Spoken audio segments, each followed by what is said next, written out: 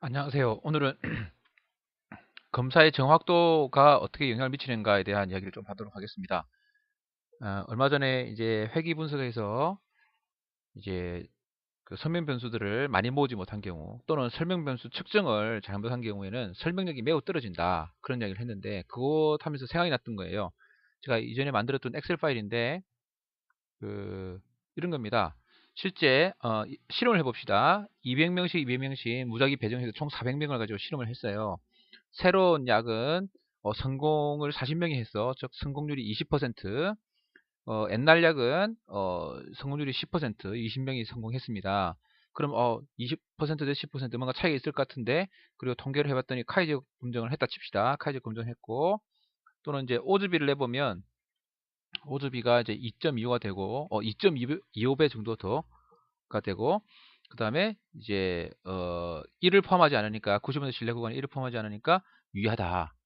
유의하구나. 0.05 이하겠구나 알 수 있고요.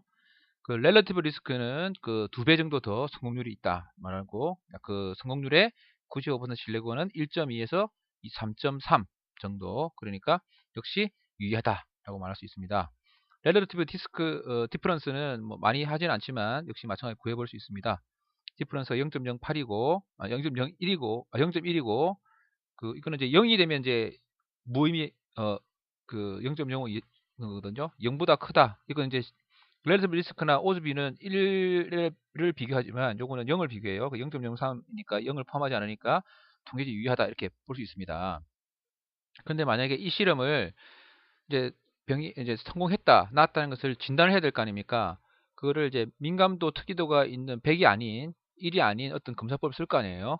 그래서 만약 그것을 0.9, 민감도 0.9고 특이도 0.9인 어떤 검사법을 사용했다 칩시다. 그러면 이거 뭐 좀 이게 아시는 분 다 아시겠지만 계산해 보면 이렇게 나옵니다. 그럼 어떻게 되느냐? 이렇게 바뀌는 거죠. 이렇게 이제 별표 친 것이 이제 리얼 시츄에이션이에요. 아이디어 시츄에이션이고, 별표 친 거 보면 이게 이제 오드 레이쇼가 1.6, 그리고 이제 이거 1을 포함하겠죠. 그럼 통계적으로 의미가 없다. 새로운 약과 기존 약은 차이가 별로 없다. 이런 식의 해석이 되는 거죠. 차이가 있다고 말할 수 없다.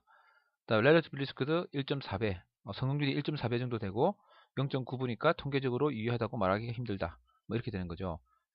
디퍼런스 같은 경우는 마이너스 어저부터 1까지 포함되니까 0을 포함했으니까 역시 마찬가지 결과가 됩니다. 즉 내가 새로운 약, 기껏 좋은 약을 만들어 놓고 좋은 수술을 해놓고 이제 그 검사하는 거를 검사법을 시원찮게 해버리면 결국 통계적으로 차이가 없게 나온다는 거예요. 뭔가 좋은 것 같은데 라고 생각했지만 아닌 그런 경우 있죠.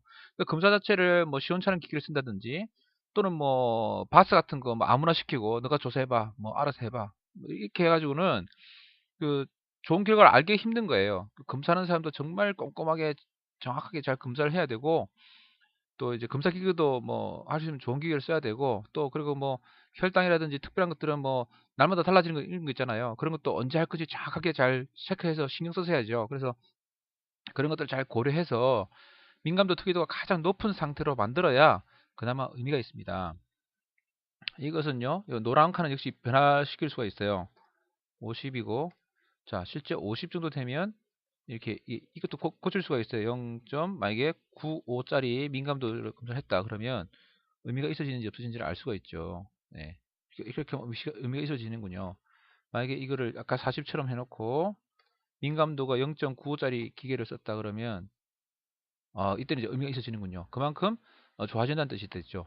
그래서 이 기계는 이 엑셀 파일은 어딘가 올려뒀습니다. 그리고 이제 이 엑셀 파일 장점은 특히 이제 어, 리스크 디퍼런스를 구해준다는 거예요. 리스크 디퍼런스는 통계 뭐지?